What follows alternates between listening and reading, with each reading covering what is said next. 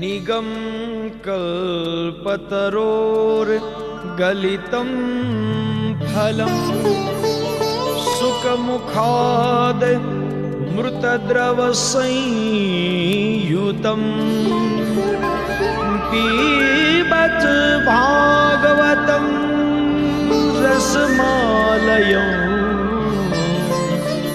मुहुरहो रसिका भुवि भावुका।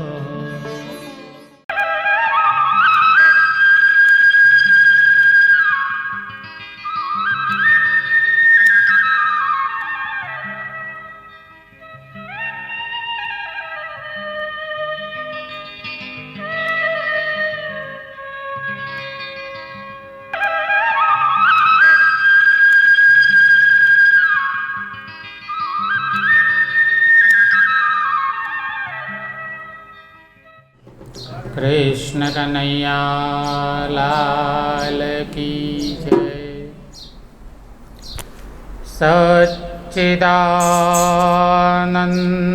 रूपाय विश्वोत्पत्त्यादिहेतवे तापत्रय विनाशाय श्रीकृष्णाय वयं नमः। कृष्णाय वासुदेवाय हरये परमात्मने प्रणतक्लेशनाशाय गोविन्दाय नमो नमः। वागर्थावेव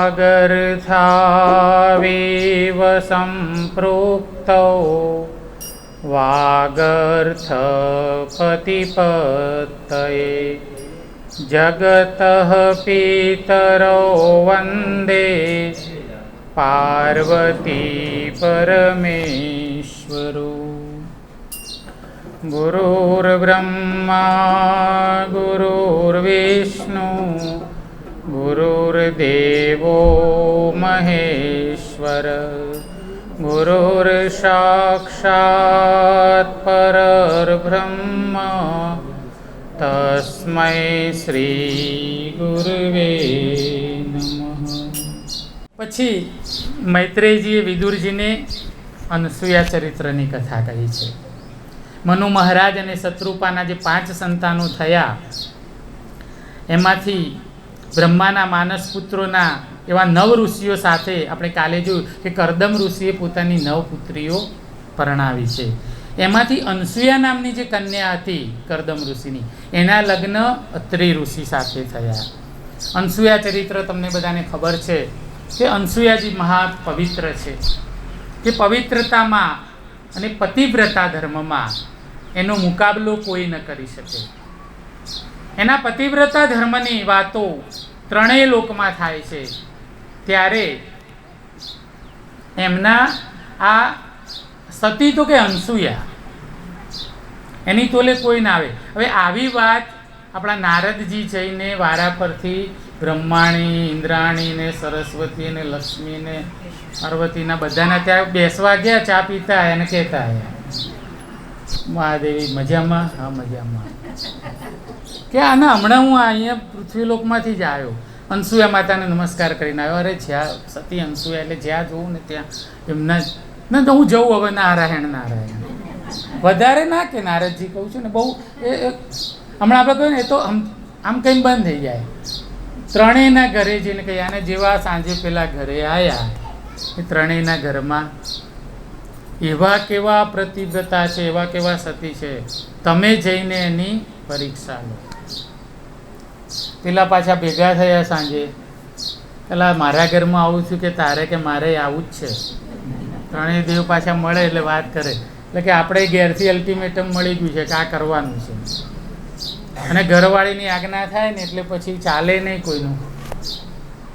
એ તો આપણે બધાની કથામાં જોયું ને, પેલા બચારા આત્મદેવનું શું થયું ને અચામનનું શું થયું ને બધાનું. એટલે હવે ત્રણેય કે હવે જવું તો પડશે, મહાસતીની પરીક્ષા કરવા જવાનું. પણ અહીંયા મહાસતી કોણ? આ એવો વિદ્યાર્થી છે કે જેની પરીક્ષા લેવા માટે 3 સ્પેશિયાલિસ્ટ 3 ફેકલ્ટીના મેઇન જે કહેવાય એવા પ્રોફેસરને એની પરીક્ષા લેવા આવવું પડશે. ત્રણેય દેવોના દેવ, છેલ્લું સ્ટેજ આવી ગયું બ્રહ્મા વિષ્ણુ ને મહેશ. એ જ્યારે પરીક્ષા લેવા આવતા હોય, એ જ્યારે કસોટી કરવા આવતા હોય, ત્યારે વિદ્યાર્થી કેવું પાવરફુલ હોય, કેવું એનું કર્તૃત્વ હશે, કેવું એનું કામ છે કે અનસૂયાની પરીક્ષા લેવા માટે આ ત્રણને આવવું પડે છે. ત્રણેય જણા ત્યાં ગયા છે, બ્રાહ્મણનું રૂપ લઈને ગયા છે. ભિક્ષાન્ન દેહી, માં ભિક્ષા આપો. માં અનસૂયા ભિક્ષા આપવા માટે આવે છે ત્યારે આ ત્રણેય જણાએ શરત મૂકી છે કે અમે તો વ્રત લઈને નીકળ્યા છીએ, અમને તમે નિર્વસ્ત્ર થઈને ભિક્ષા આપો તો જ અમે ગ્રહણ કરીશું, નહીં તો અહીંના અહીં ભૂખ્યા તરસ્યા ઊભા રહીશું. હવે ભિક્ષા ન આપે તો અતિથિ ધર્મ લાજે, આંગણે આવેલો ભિક્ષુક પાછો જાય અને એના કયા પ્રમાણે કરે તો પોતાના સતીત્વનો ભંગ થાય, પતિવ્રતા ધર્મનો ભંગ થાય. માં અનસૂયા મૂંઝવણમાં મુકાયા છે. છેવટે એક અંજલી ભરીને પાણી લીધું અને ત્રણેય આ તેઓ ઉપર છાંટ્યું ને ત્રણેય નાના નાના બાળક થઈ ગયા. સાવ નાના બાળક, એટલા કે ઘોડિયામાં સુવાડે એવા નાના બાળક કરીને આ ત્રિદેવને ઘોડિયામાં સુવાડી દીધા અને એને મજાનું આલરડું ગાય છે. ત્રણેય દેવને બાળક બનાવી દીધા. હવે અંદર પડ્યા અકળાય છે, હવે કરવું શું? એટલે વિષ્ણુ ભગવાન હસે છે, શિવજીના અને બ્રહ્માજી ઉપર હસે છે. પેલા શિવજી આમ હાથ ફેરવેલા, મારી જટા ક્યાં, આ તો ટાલકું થઈ ગયું. બ્રહ્માજી આમ કરે તો દાઢી ના મળે, આ એક ગયું, સાવ બાળક બનાવી દીધા. એટલે વિષ્ણુજી હસે છે પડ્યા. આ પેલા કોઈ દિવસ બેઠા નથી ઘોડિયામાં, ઝૂલવાની ટેવ નથી. ભગવાન કે મેં તો બહુ જન્મ લીધા, વારે ઘડીએ જો હમણાં પારણું બંધાશે, મને હિંચકા ખાવાની બહુ મજા આવે. મને તો એને વૈષ્ણવ શ્રાવણ મહિનામાં એ ઝૂલાવે ને, અધિકમાં એ ઝૂલાવે ને, રામનવમી ને, જન્માષ્ટમી ને, હું તો પહોંચી જાઉં ઘોડિયામાં, મને મજા આવે છે. પણ પેલા બે અકળાયા છે, ટેવ નથી ને હિંચકા ખાવાની. એમને આવો અવતાર લીધો નથી કોઈ દિવસ. એ લીલાઓ તો બધી આને જ કરી છે. એટલે એ તો આનંદ કરે છે. આ બાજુ નારદજી પાછા પહોંચ્યા પેલા ત્રણના ત્યાં, મળવા આવ્યો છું, પ્રભુના દર્શન કરવા. અહીંયાથી નીકળ્યો તો નારાયણ. પેલા કે અમે ચિંતા કરીએ છીએ, 3 દિવસ થયા એ કઈ દેખાયા નથી. તો કે શોધવા તો જાઓ, આ ક્યાં મોકલ્યા તમે? એટલે કે મોકલ્યા હતા તો પરીક્ષા કરવા, તો ત્યાં જ પકડાઈ ગયા લાગે છે. કે છેવટે ત્રણેય દેવીઓ સાથે મળી અનસૂયાની પાસે આવે છે અને કહે છે કે માં, અમારા પતિ અમને પાછા આપો, અમારી એમ કે ભૂલ થઈ. ત્યારે અનસૂયાજી સરસ જવાબ આપ્યો છે, આ ઘોડિયામાં શું ત્યાં, હવના ઓળખીને લઈ જાઓ. આપણે કંઈ આઈડેન્ટિટી કાર્ડ બતાવવાની જરૂર નથી. આધાર કાર્ડ લાયા હોય તો બરાબર, પણ મારે જોવું, તમે તમારા પતિને ઓળખીને લઈ જાઓ. કે હવે ત્રણેય જણા ઘોડિયામાં લેવા ગયા. ત્રણેય સરખા દેખાય. આમાં કયા બ્રહ્મા ને કયા વિષ્ણુ ને કયા, જો દેવ બધા સરખા છે, એક જ છે. આપણે એને જુદા પાડીએ છીએ. આ બધું આ કથામાં સમજવાનું આ છે. આ ત્રિદેવ તો એક જ છે. પહેલાં કહ્યું ને, આને પિતાંબર પહેરવાની ઈચ્છા થાય, વાંસળી લે એટલે કનૈયો થઈ જાય, અને ધનુષ્ય લે એટલે રામ થઈ જાય, અને પિતાંબર છોડીને વાગાંબર પહેરે એટલે શિવજી થઈ જાય. એટલે એ તો બધું એની લીલા છે, એક જ છે કે તમારા પતિને ઓળખીને લઈ જાઓ. હવે જેવી આમ લેવા જાય, એકને પકડવા જાય, લક્ષ્મીજી કે ના ના હોય તો ભૂલથી બીજાને પકડી લે તો પાછો આપણો સતી ધર્મ લાજે. પેલા બ્રહ્માણીએ પ્રયત્ન કર્યો, પાર્વતીએ પ્રયત્ન કર્યો, પછી છેવટે સતી અનસૂયાને કગરી પડ્યા છે કે મહાદેવી, અમારી ભૂલ થઈ છે, અમે આજે પરીક્ષા કરવા માટેને મોકલ્યા, અમે આજ પછી આવું ક્યારેય કરીશું નહીં. તમે પ્રસન્ન થાઓ અને અમારા પતિને તમે જાગૃત કરો. બરાબર આ ચાલતું હતું એટલામાં અત્રિ ઋષિ આવ્યા, બહારથી આવ્યા. એમને તો આ બધી ખબર જ નહીં. જોયું કે આ બધું શું છે, આ ત્રણ કોઈ દેવીઓ ઊભા છે અને આ ઘોડિયામાં 3 બાળકો છે. ને માતાજીને અનસૂયાને પૂછ્યું કે શું છે આ બધું? કંઈ નહીં, કે તો મારા 3 છોકરાને વહુરો છે. તમે બહાર ગયા હતા ને, આ છોકરાએ આવી ગયા, વહુરોએ આવી ગઈ. આ 3 છોકરાને વહુરો છે. પછી અનસુયાએ અંજલિ ભરીને પાણી છાંટ્યું છે અને ત્રણેયનું પોતાનું મૂળ સ્વરૂપ પાછું મળ્યું છે અને જવાને માટે તૈયાર થયા. ત્યારે માતાએ કહ્યું છે કે આટલા દિવસ સુધી તમે મારા આંગણામાં રમ્યા, મારા ઘોડિયામાં રમ્યા, મારું આંગણું કિલ્લોલ કરતું થયું અને હવે તમે જાઓ છો ત્યારે મારું આંગણું સૂનું થઈ જશે. ત્યારે ભગવાને વચન આપ્યું કે અમે ત્રણેય તારા ત્યાં બાળક થઈને જન્મીશું. અને ત્રણેય બ્રહ્મા, વિષ્ણુ અને મહેશ ત્રણેય સતી અનસુયાના ત્યાં જન્મ લીધો છે. એક તે ઋષિ સ્વરૂપે, એકે ભગવાન સ્વરૂપે, ત્રણેયના અંશાવતાર તરીકે ત્યાં એમનો જન્મ થયો છે. બ્રહ્માના વરદાનથી જે પુત્ર થયો તે ચંદ્રમા, અને શિવના અંશાવતાર તરીકે ઋષિ તરીકે જેનો જન્મ થયો તે એટલે દુર્વાસા ઋષિ, અને ત્રીજા વિષ્ણુના અંશથી 24મો અવતાર ભગવાનનો દત્તાત્રેય ભગવાનનું પ્રાગટ્ય થયું છે. બોલીએ દત્તાત્રેય ભગવાન કી જય. દિગંબરા દિગંબરા શ્રીપાદ વલ્લભ દિગંબરા. દિગંબરા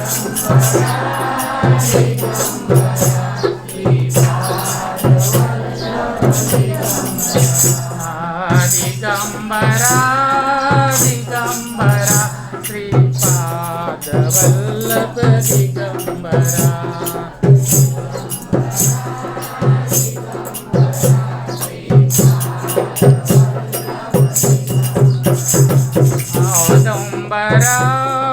ઔદુંબરા શ્રી દત્ત વલ્લભ ઔદુંબરા.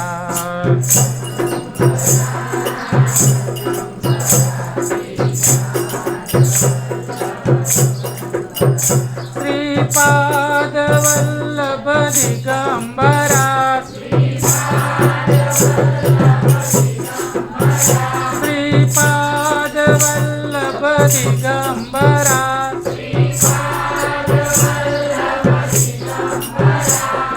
દિગંબરા દિગંબરા શ્રીપાદ વલ્લભ દિગંબરા.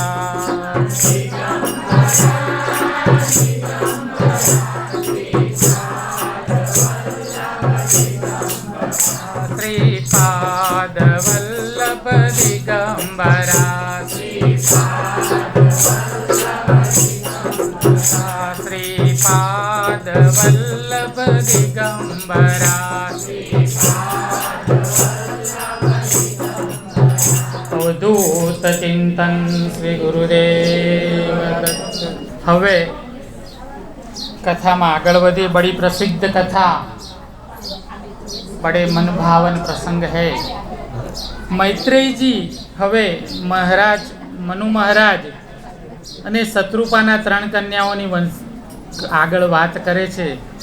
મનુના 2 પુત્રો થયા, પ્રિયવ્રત અને ઉત્તાનપાદ. હવે એની કથાનું શ્રવણ કરીએ.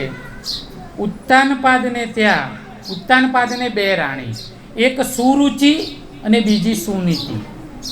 ઉત્તાનપાદ રાજાને 2 પત્ની હતી, સુરુચિ અને સુનીતિ. અને એના બંનેના એક દીકરા. સુરુચિના પુત્રનું નામ ઉત્તમ અને સુનીતિના પુત્રનું નામ ધ્રુવ. રુચિ એટલે આપણને જે ગમતું હોય, જેનામાં આપણે એને રુચિ કહીએ. રુચિ એટલે પસંદગી અને નીતિ એટલે આપણી નૈતિકતા. એક પત્ની સુનીતિ છે, એના પુત્રનું નામ ધ્રુવ અને સુરુચિના પુત્રનું નામ ઉત્તમ છે. હવે આ ઉત્તાનપાદ રાજા સુનીતિ કરતા સુરુચિને વધારે સારું રાખે છે. સુનીતિને અણમાનીતી કરી છે અને સુરુચિને માનીતી કરી છે. જો આપણે નીતિને હંમેશા અણમાનીતી કરીએ, ગમતી પસંદગી સુરુચિ, જેમાં રુચિ જાગે એ આપણને ગમે, અને નીતિને આપણે આગી ઠેલીએ. એટલે આને સુનીતિને આગી કરી છે અને એ અણમાનીતી થઈ, એટલે એનો પુત્ર પણ અણમાનીતો. એટલે સુરુચિના પુત્ર ઉત્તમને રમાડે અને સુનીતિના પુત્ર ધ્રુવને રમાડે નહીં. એક દિવસે ઉત્તાનપાદ રાજા બેઠા છે અને આ બંને બાળકો તો સરખા છે, નાના નાના. હા, ઉત્તમ એ પોતાના પિતાના ખોળામાં રમી રહ્યો છે અને એ જ વખતે ત્યાં આ ધ્રુવ પણ રમતા રમતા આવે છે અને પોતાના પિતાના ખોળામાં બેસવાની ઈચ્છા કરે છે. જેવો એના ખોળામાં બેસવા જાય છે, બાળક છે એને ખબર નથી પડતી, ત્યારે એનો પિતા આ ઉત્તાનપાદ એને ધક્કો મારીને ઉતારી દે છે. કારણ બાજુમાં જે પત્ની બેઠી છે એની નજર કંઈ પણ કામ કરતા છે ને પુરુષોની નજર એની પત્ની સામે જાય, આંખ પરથી ખબર પડી જાય. આમ લગ્નમાં ગયા ને આટલા બધા બેઠા હોય ને પછી કોઈ સંબંધીનું છોકરું આવે ને એટલે પેલો આમ ખિસ્સામાં જ નાખવા જાય ને કે આમ 50 રૂપિયા આલું એ આમ ધીરે રહીને જુએ, પેલી આંખ કરે એને વગર બોલે ખબર જાય, 50ની પાછી મૂકીને 10ની કાઢે. કે એવું જ ના પડે. આ જબરું આંખનું જે કામણ છે ને તમને બધાને બહુ સમજાવવું પડે એવું જ નહીં, ખબર પડી જાય. એટલે પેલીને આમ નજર પડી ને એટલે પેલાને કેવી રીતે બેસવા દે. પેલીએ તરત કહી દીધું બાપના ખોળામાં બેસવું હોય ને તો આ માની પેટે અવતાર લેવો. તો જો મારા ખોળે જન્મ્યો હોત ને તો તારા બાપના ખોળામાં બેસવા મળતું. ધ્રુવ રડતો રડતો ઘરે ગયો છે, માને પોતાની વાત કહી છે, આવું થયું. રડતા રડતા નાનું બાળક બધું કહી દે. ત્યારે એની માએ કહ્યું કે દીકરા, માગવું ને તો ભગવાનની પાસે માગવું, ભીખ પણ માગવી ને તો પરમાત્માની પાસે માગવી. અને એક ટાઈમે એનાથી ન મળે, એ ન આપે તો એનું દુઃખ ન લાગે કે આપણા ભાગ્યમાં નહીં હોય, આપણી લાયકાત નહીં હોય, એનો સમય આવશે ત્યારે આપશે. પણ એના સિવાય કોઈની પણ પાસે ભીખ માગવી નહીં. તારે તારા બાપના ખોળામાં બેસવું છે તો એના કરતાં જગતના બાપના ખોળામાં બેસવા જા. નાનો 12 વર્ષનું બાળક અને માની આજ્ઞાથી એ ઘર છોડીને જંગલમાં તપ કરવાને ચાલુ કર્યું છે. જંગલમાં એને નારદજી મળ્યા છે અને નારદજીએ એને મંત્ર આપે છે, નારાયણ નારાયણ. નારદજીએ એને શીખવાડ્યું છે, કારણ કે નાનું બાળક છે, એને તપ ખબર નથી, ભક્તિ ખબર નથી, કેવી રીતે ભગવાનને યાદ કરવા શું ખબર હોય એને. પણ બા ઉપર ભાવ એવો છે ને, માએ કહ્યું કે જા જઈને ભગવાનનું નામ લેજે જંગલમાં અને એ તને તારા બાપના ખોળામાં બેસાડશે. નીકળી ગયો બાએ કહ્યું એટલે. ત્યારે નારદજીએ આવીને એને ધ્રુવને મંત્ર આપ્યો છે, ઓમ નમો ભગવતે વાસુદેવાય.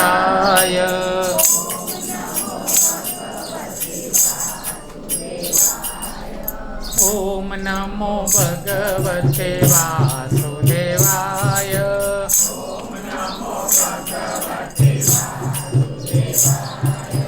વાસુદેવાય રે વાસુદેવાય.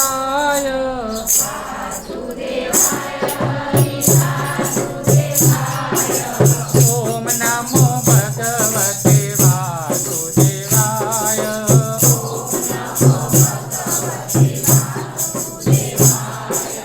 ઓમ નમો ભગવતે વાસુદેવાય.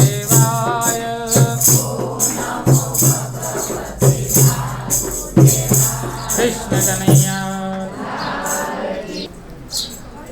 ધ્રુવને નારદજીએ ઓમ નમો ભગવતે વાસુદેવાય મંત્રનો જાપ કરવાનું કહ્યું.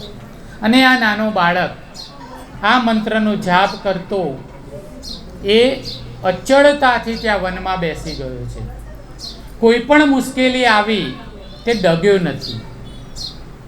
એટલે જે પણ માણસ ભગવાનનું નામ લેતા, એનું સ્મરણ કરતા, જે પોતાના નિયમમાંથી ડગે નહીં, અચળ રહે, એને ધ્રુવ પદ પામ્યો એમ કહેવાય છે. આકાશમાં અગણિત તારાઓ છે, એ તારાઓ દરરોજ ફરતા રહે છે, એની જગ્યા બદલાતી રહે છે, નક્ષત્રોની જગ્યા બદલાતી રહે છે, પણ એક તારો એવો છે કે દરરોજ તમે આકાશ જુઓ તો ત્યાં એક જ જગ્યાએ હોય.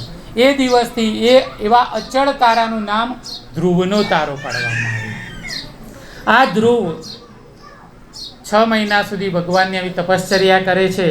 આ બાજુ ઉત્તાનપાદને પસ્તાવો થયો, કરે ધૂળ છે મારા જીવનમાં. એક મારો નાનો દીકરો એની માના કહેવાથી જો ભગવાનને મેળવવા માટે ચાલ્યો જતો હોય, પસ્તાવો થયો, ખૂબ હવે શું કરવું, બેઠા બેઠા એ પસ્તાવો કરે છે. એને પણ નારદજી તે આવ્યા છે અને કહ્યું કે હજી પણ તારું જીવન સમય છે, તું સુધારી લે. એને પણ મંત્ર આપે છે કે તું બેઠા બેઠા ભગવાનનું નામ લે, તારો દીકરો એક વખત યશસ્વી થઈને પાછો આવશે. ત્યાં ધ્રુવે ભગવાનની તપશ્ચર્યા શરૂ કરી છે. ઉત્તાનપાદે પણ પોતાનો પસ્તાવો થવાથી એને પણ અહીંયા હરિનામ સંકીર્તન ચાલુ કર્યું છે. હરે રામ રામ રામ હરે હરે.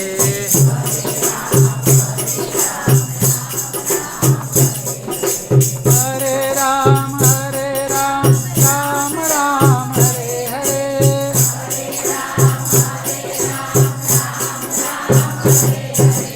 હરે કૃષ્ણ કૃષ્ણ કૃષ્ણ હરે હરે.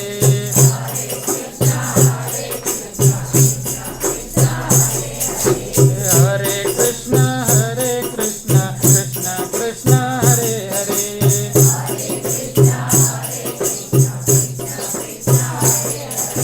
હરે રામ રામ રામ હરે હરે.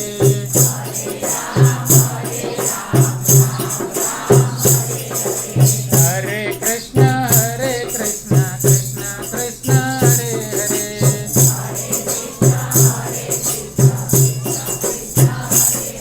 કૃષ્ણ કનૈયા લાલ કી જય. 6 મહિનાની તપશ્ચર્યા પછી ભગવાન પ્રસન્ન થયા છે. ધ્રુવને દર્શન આપ્યા છે અને કહ્યું કે માગ, તને જે જોઈએ તે આપું. ભગવાન સામે આવે ને, પહેલાં બધા ઘણા બધા મનમાં મનોરથો હોય, ઘણું બધું માગતા, પણ ભગવાન સામે આવે ને એટલે માણસ માગી ન શકે. ધ્રુવજી કહે છે પ્રભુ મને કંઈ જોઈતું નથી, મને ખબર જ નથી પડતી કે મારે શું કરવાનું, શું જોઈએ, તમને ઠીક લાગે એમ કરો. ને જે ભગવાનને સોંપી દે ને કે તને ઠીક લાગે એમ કર, એનું એ સારું જ કરે. પણ આપણું કેવું છે, આપણે નક્કી કરીને ભગવાનને કહીએ છીએ કે ભગવાન પૈસો આપજે, વૈભવ આપજે, ગાડી આપજે, છોકરાને પાસ કરાવી દેજે, ભેંસ દોવા દેતી ના હોય તો દોરડું કરાવીએ દોવા દેજે. શું કરવું એને આપણે નક્કી કરીને આપીએ છીએ. એટલે ભગવાન કે તારી આટલી બધી બુદ્ધિ ચાલે છે, તું જ નક્કી કરે છે તો મારી ક્યાં જરૂર છે, મારે ક્યાં નક્કી કરવાનું. ધ્રુવજીએ કહ્યું કે પ્રભુ તમે જે કરો તે. ભગવાને કહ્યું કે તારો હજી સમય નથી થયો, તું જા, તારા પિતાજીના ખોળામાં બેસ, એ તને અપનાવશે. તને અને પછી એને ઉત્તાનપાદે એને અપનાવ્યો છે, યુવરાજ બનાવ્યો છે, એને પોતાનું રાજ્ય સોંપ્યું છે. આગળ જતાં પોતાના ઉત્તમ તો જો બેમાં માનીતું છોકરો હોય ને એ થોડોક દુર્વિચારી પાસે. ધ્રુવજીની ખ્યાતિ થઈ છે, પ્રભુ ભક્ત થયા છે, ઉત્તમને એના કર્મોની સજા મળે છે, કેટલાક દેવો સાથેના ઝઘડામાં એનો વધ થાય છે. ત્યારે ધ્રુવ પોતાના ભાઈના મોતનો બદલો લેવાને માટે એની સામે લડવા જાય છે. ત્યારે ભગવાન આવીને ત્યાં એને સમજાવે છે કે આ કરવાની જરૂર નથી. પછી એના ધ્રુવજીને ભગવાને ત્યાં મુક્તિ આપી છે અને સદગતિ આપી છે. ધ્રુવ ચરિત્રનું આખ્યાન પૂરું કરીને મૈત્રેયજી વિદુરજીને કહે છે કે હવે આગળ તમે કહો શું સંભળાવો. ત્યારે વિદુરજી કહે છે કે હવે મારે કંઈ સાંભળવું નથી. તમે ઘણું બધું જે કહ્યું, ઘણો સુંદર બોધ મને આપ્યો છે, હવે મારે એનું મનન કરવું છે, મારે એનું ચિંતન કરવું છે. કોઈ પણ વાર્તા કથા સાંભળ્યા પછી એનું ચિંતન કરવું જોઈએ, એનું મનન કરવું જોઈએ, ઘરે જઈને વિચાર કરવો જોઈએ. વિદુરજી કહે છે કે બસ આ જે મેં સાંભળ્યું હવે હું એનું ચિંતન કરીશ, એનો વિચાર કરીશ. આમ મૈત્રેયજીએ વિદુરજીને આ બધી જે કથા સંભળાવી, એનું મન આમાંથી મુક્ત થયું છે. અને મુક્તિ કોની, આપણે અગાઉ પણ કહ્યું હતું, શરીર રહી જાય, વાસનાઓ રહી જાય અને જીવ જાય તો અસદગતિ થાય. પણ વાસનાઓ જાય, આશા, અપેક્ષા, તૃષ્ણા, આ બધું જતું રહે અને જીવ રહે, એની મુક્તિ થાય. વિદુરજીની મુક્તિ થઈ છે.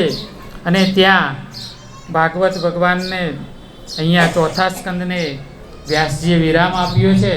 બોલીએ ભાગવત ભગવાન કી છે. 5મા સ્કંદમાં પરમહંસોની કથા કહી છે. સાધુઓમાં અલગ અલગ કેટેગરી હોય. આપણને શું છે કે આપણે દરેકને સાધુ, સંત, ફકીર, પૂજારી ને કથાકાર, સંત, ઋષિ, મુનિ બધાને એક જ સરખા માનીએ, બધા સરખા, પણ દરેકનું એક અલગ અલગ એનું સ્ટેજ હોય. એમાં સૌથી ઊંચી જે કક્ષા છે એ પરમહંસ કહેવાય. પરમહંસ ભાગ્યે જ થાય, બહુ ઓછા થયા. પરમહંસ કેવી રીતે કે આપણે હંસ કોને કહીએ કે જે નિરક્ષીર વિવેક કરી જાણે તે હંસ. મનુષ્ય જીવનમાં આવો સારા સારનો વિવેક જે કરી જાણે એ પરમહંસ કહેવાય. આવા પરમહંસની કથા અહીંયા આપણને સુખદેવજી મહારાજ પરીક્ષિતને સંભળાવે છે. હવે પરીક્ષિત મનુના બીજા પુત્ર પ્રિયવ્રતના વંશની કથા કહે છે. આપણે 2 દીકરા કહે ને એમાં એક ઉત્તાનપાદ, એનો ધ્રુવ થયો. હવે બીજો પ્રિયવ્રત રાજા. પ્રિયવ્રતનો પુત્ર આગ્નિદ્ર થયો. આગ્નિદ્રનો નાભી, અને નાભીને ત્યાં ઋષભદેવનો જન્મ થયો. ઋષભ એટલે સર્વથી શ્રેષ્ઠ. આ ઋષભદેવ જ્ઞાન અવતાર છે, સદગુણી છે, પણ પરમહંસ છે. બધી જ સિદ્ધિઓ મળી હોવા છતાં એ પોતાની સિદ્ધિનો દુરુપયોગ કરતો નથી. એક દિવસે ઇન્દ્રને ઈચ્છા થઈ ઋષભદેવની પરીક્ષા લેવાની, તો એણે વર્ષા વરસાવવાની બંધ કરી દીધી. મેઘોને આજ્ઞા કરી કે તમારે વરસવાનું નહીં. ત્યારે આ ઋષભદેવે પોતાની સિદ્ધિના બળે મેઘોને ઉત્પન્ન કર્યા છે, વર્ષા વરસાવી છે અને સૃષ્ટિનું કલ્યાણ કર્યું છે. પરંતુ બીજાના કલ્યાણને માટે આ સિવાય એમણે સિદ્ધિનો ઉપયોગ કર્યો નથી. આ ઋષભદેવને ત્યાં પુત્ર તરીકે ભરત રાજાનો જન્મ થયો. જો આપણા દેશનું નામ ભારત જેના ઉપરથી પડ્યું તે ભરત, પણ આપણને આપણી સંસ્કૃતિમાં 3 ભરત થઈ ગયા. એક આ ઋષભદેવજીના પુત્ર જેનું નામ આપણે જડ ભરત કહીએ છીએ. બીજા દુષ્યંત અને શકુંતલાનો પુત્ર એ ભરત કે જેનો ભરત વંશ ચાલ્યો, જેમાં કૌરવો અને પાંડવો થયા. અને ત્રીજા દશરથજીના પુત્ર રામના ભાઈ ભરત. 3 મહાન ચરિત્રો થયા. કહેવાય કે ભારત દેશનું નામ આ ભરત ઉપરથી પડ્યું, પણ એમાં ઘણા મતો છે કે આ 3માંથી કયા ભરત ઉપરથી, જેના ઉપરથી હશે તે, પણ 3 ભરત મહાન થયા છે. ઋષભદેવજીના પુત્ર ભરત ગાદી પર આવ્યા. હવે આ ભરતજી પણ પોતે પરમહંસના પુત્ર હતા, પરમ ભક્ત હતા. નેપાળમાં ગંડકી નદીને કિનારે તપશ્ચર્યા કરે છે. આ ગંડકી નદી એટલે એવી પવિત્ર નદી છે કે જેમાં જે પણ પથ્થર એ નદીમાં થાય છે એ દરેક પથ્થર સાલિંગ્રામ છે. હમણાં અયોધ્યામાં રામ મંદિર જે બની રહ્યું છે અને એ મંદિરમાં રામલલ્લાની મૂર્તિની જે પ્રતિષ્ઠા કરવાની છે, એ મૂર્તિ બનાવવાને માટે નેપાળની આ ગંડકી નદીના એ સાલિંગ્રામ પથ્થરને લાવવામાં આવે છે. બોલીએ રામચંદ્ર ભગવાન કી જય. આ ભરતજી એ ગંડકી નદીને કિનારે તપશ્ચર્યા કરતા હતા. એ સમયે એમણે એક ગર્ભવતી હરણીને ત્યાં પાણી પીવા આવેલી જોઈ, અને એ જ વખતે હરણીએ બચ્ચાને ત્યાં જન્મ આપ્યો અને બાળકને જન્મ આપીને હરણી મરી ગઈ. સંત પુરુષ છે, બીજાના ઉપર દયા આવે. હરણી એ બાળકને જન્મ આપ્યો અને ત્યાં એનું મૃત્યુ થયું છે. એ નાના હરણના બાળકને સાચવવાને માટે થઈને એને લઈને આશ્રમમાં આવ્યા છે. હવે નાનું બચ્ચું છે, એને લાવ્યા, એની સેવા કરીને દૂધ પીવડાવે. આમ કરતાં કરતાં એની સાથે માયા થઈ ગઈ. અને આ માયા જે થાય ને એ બાંધી દે. આપણે કાલે કહ્યું ને વાસના એ પૂર્વજન્મનું કારણ છે. કાલે કહ્યું ને સાસુમાને દૂધ ના પાઈએ તો બિલાડી થઈને વળી ના આવે. એની વાસના છૂટે નહીં. કૂતરું થાય, બિલાડી થાય, બકરી થાય, ગાય થાય, પણ ઘરમાં ઘૂસવાનો પ્રયત્ન કરે. વહુ ગમે એટલા ધોકા મારે પણ જાય નહીં. આ બાકી જે હોય ને પૂર્વજન્મનું એ છોડતું નથી. એટલે ભરતજીને જીવ હરણમાં પેઠો. પરમહંસ હતા, પરમ ભક્ત હતા, પણ મરતા મરતા નજર સામે હરણ આવ્યું એટલે બીજો જન્મ હરણનો થયો. એટલે કહ્યું છે કે મરતી વખતે છેલ્લે ભગવાનને યાદ કરવાનું. જેમાં જીવ હશે એ થવાય. પુનર્જન્મ વાસનાનું કારણ બને. એટલે ભરતજીનો જન્મ હરણ સ્વરૂપે થયો, પણ એટલા જ્ઞાની હતા, એટલા ભક્ત હતા, એટલે આ જન્મમાં પણ એમને પૂર્વજન્મનું જ્ઞાન છે. પહેલા જન્મમાં શું થયું તેને ખબર છે, એટલે થોડાક સમયમાં એ કર્મનું બંધન પૂરું થયું. હરણના જન્મમાંથી ફરી પાછો મનુષ્ય જન્મ મળ્યો, અને આ વખતે એક બ્રાહ્મણને ત્યાં એમનો જન્મ થયો છે.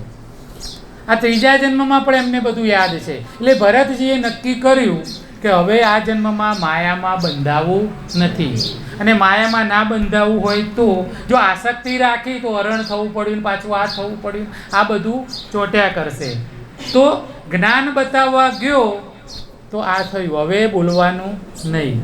કોઈનામાં મમતા ના રહે અને કોઈની આપણામાં મમતા ના રહે એવું ક્યારે બને? ગાંડા થઈ જવું પડે. બધા કહે તો છ જ એવું, કોઈ કામય ના બતાવે. મોડાના છોકરા કુટુંબવાળા પહેણાઈ હાલે, ડાયાના નહીં પહેણાવે. માગવા જાય 5,000 નહીં હાલો, બોલો છોકરું પહેણાવે. અને પેલો પહેલેથી નઠોરવાય કે તો છ જેવું એડો મળશે, એને તો ના કર્યું, ભેગા થઈને અવસર કાઢી દે. જે એના ઘેર આવે ને બધા કાઢી દે. ગોંડો ડાયો ગોંડો ખબર જ પડતી નથી. ભરતજી ડાયા થઈને ગોંડા થઈ ગયા. પાગલ પણ સારું, માયા બંધાય નહીં. આપણી કોઈના ઉપર મમતા ન થાય, કોઈની આપણા ઉપર મમતા ન થાય, બોલે જ નહીં કશું. એ રડવાની જગ્યાએ હસે ને હસવાની જગ્યાએ રડે. કંટાળે લોકો આનાથી. કોઈ મરી ગયું હોય તો હસે. એટલે હસે એને જ્ઞાન છે કે આ મર્યો, એને ક્યાં રડો છો, એને ખબર છે કે આ શું થયું. આ તો અમારે જવાનું છે, જ્ઞાની છે અંદરથી. પણ લોકો એને જ્ઞાનીને ગાંડો માન્યો. પછી એને લોકો જડ ભરત કહેવા માંડ્યા. બાપા હતા ત્યાં સુધી તો ભાઈઓએ રાખ્યો ગમે એમ કરીને, પછી કે ગાંડાને ઘરમાં રખાય નહીં, ખેતરમાં મૂક્યા વાડીએ. આમે રોટલા તોડે છે, કશું કામ તો કરતો ને બેઠો બેઠો ખેતર તો હાચવશે. ભરતજીને મૂક્યા ખેતરમાં. ભરતજીએ શું કર્યું, બરાબર પાક તૈયાર થયો એટલે ભેળાઈ દીધું. રામ કી ચીડિયા રામ કાકે ખાલો ચીડિયા બરબર પેટ, ભેળાઈ દીધું. પેલા ઘેર ખબર પડી, ભાભીઓને ભાઈઓનો ઉધડો લીધો. આ મુવાને કાઢ્યો તમે, એવા આ આપણું રાહ તાળ કાઢશે, આ કશું નહીં રહેવા દે. ભાઈઓએ ખેતરમાં જઈને મારીને તકડીને ગામ બહાર કાઢી નાખ્યા. ભરતજી કે નરસિંહ મહેતાની જેમ, ભલું થયું ભાગી જંજા. આ તમે મને છોડ્યો, કાઢ્યો, એટલે મારા કર્મબંધનો ઘર કુટુંબ તમારા પ્રત્યેના પૂરા થયા. એટલે હવે હું સંસાર છોડીને જવું જ તું. કાઢ્યો તે સારું કર્યું. શ્રી હરિનું નામ લેતા લેતા જંગલમાં ગયા, પણ મુસીબત તો આગળ ને આગળ. જંગલમાં ગાંડાની જેમ ફરે છે. લોકો જડ ભરત કહે છે. તે આદિવાસીઓએ પકડી લીધા. જંગલમાં યજ્ઞ હતો, ત્યાં આગળ લઈ ગયા. એમનું બલિદાન આપવા માટે બાંધી દીધા. બાંધીને બલિદાન આપવા જાય છે. ત્યાં માં ભદ્રકાળી પ્રગટ થયા. બોલીએ ભદ્રકાળી માતા. ભદ્રકાળી માતાએ આવીને એને છોડાવે છે ત્યાં જંગલમાં, અને એનું રક્ષણ કર્યું છે. ત્યાંથી પાછા એ તો વિચરણ જ કર્યા કરે છે. ફરતા ફરતા ઇક્ષુમતી નદીને કિનારે આવ્યા. એક દિવસે સિંધુ સૌવીર પ્રદેશનો રાજા રહુગણ કપિલ મુનિના આશ્રમમાં જ્ઞાન પ્રાપ્ત કરવાને માટે જતો હતો. ત્યારે 4 સેવકોને એની પાલખી ઉંચકી છે. એના ખભે બેસીને, પાલખીમાં બેસીને આ રહુગણ રાજા જઈ રહ્યો છે. એમાં એક સેવક માંદો પડ્યો, તાવ આવી ગયો, અચાનક ગમે તે થયું, લડખડાવા માંડ્યો. રાજાની પાલખી ડોલે, રાજાને ચાલે નહીં. પેલા 3 જણને કહ્યું કે અહીંયા પાલખી મૂકો, બીજા કોઈને હોધી લાવો ગમે ત્યાંથી, આને હમણાં રજા આજે. એને રજા ઉપર ઉતારી દો. જંગલમાં એકદમ તો મળે કોણ? આ ભાઈ મળી ગયા ભટકતા હતા. તો પેલા 3 જણા એને બોચી પકડીને પકડી લાયા. આ તો કશું બોલે જ નહીં, પકડી લાયા તો આવી ગયા. ચાલ પાલખી ઉપાડી દીધી. રામ રાખે તેમ રહીએ વાલા મારા, રામ રાખે તેમ. એને તો નક્કી જ કરેલું, આ બોલવાનું નહીં, જેમ થાય. પાલખી ઉપડાવી તો ઉપાડી દીધી. પાલખી ઉપાડીને જાય છે. ભક્ત જીવ છે, દયાળુ જીવ છે. આમ નીચે જોઈને ચાલે. કોઈ જીવજંતુ કીડી મકોડા દેખાય તો કૂદકો મારે બચાવવા માટે. કૂદકો મારે એટલે રાજાને પાલખીમાં કૂદકો આવે. રાજા કંટાળ્યો. રાજા ગુસ્સે થઈને કે તું તો માણસ છે કે મુવો મળતા જેવો? જીવતો મરેલો છે કે શું તું? ભરતજી હસવા લાગ્યા. ભરતજી કે રાજા, મરેલો હું નથી, મરેલો તું છે. મર્યા પછી માણસ 4 જણાના ખભે જાય રાજા તું તો જીવતે જીવ 4 જણાના ખભે બેસીને જ્ઞાન મેળવવા નીકળ્યો છે. આ પહેલી વાર બોલ્યા છે ભરતજી. રાજાને જ્ઞાની હશે, જ્ઞાન લેવા જતો હશે, એમને તો કંઈ કરિયાણું લેવા તો જતો નહોતો, રેસનિંગમાં અંગૂઠો પડાવવા. એટલે એને ખબર તો પડી જાય ને, એક શબ્દથી પણ માણસ જાગી જાય. એક ઘડી આધી મેં પુણ્યાદ તુલસી સંગત સંત કી હરે કોટી અપરાધ. આ એક વાક્યમાં એને લાગી ગયું. ઉતરી ગયો છે પાલખી પરથી, પગે લાગે છે ભરતજીને, અને ભરતજીને પાલખીમાં બેસાડે છે. ભરતજીને પાલખીમાં બેસાડી અને ખભે લઈને રાજા ચાલ્યો છે. અને એમ કરતાં કરતાં ભરતજીએ પાલખીમાં બેઠા બેઠા રાજાને બ્રહ્મ જ્ઞાનનો બોધ કર્યો છે. અને એમ કરતાં આ ભરતજીનો અને રહુગણ રાજાનો પણ ત્યાં ઉદ્ધાર થયો છે. બોલીએ કૃષ્ણ કનૈયા લાલ કી જય.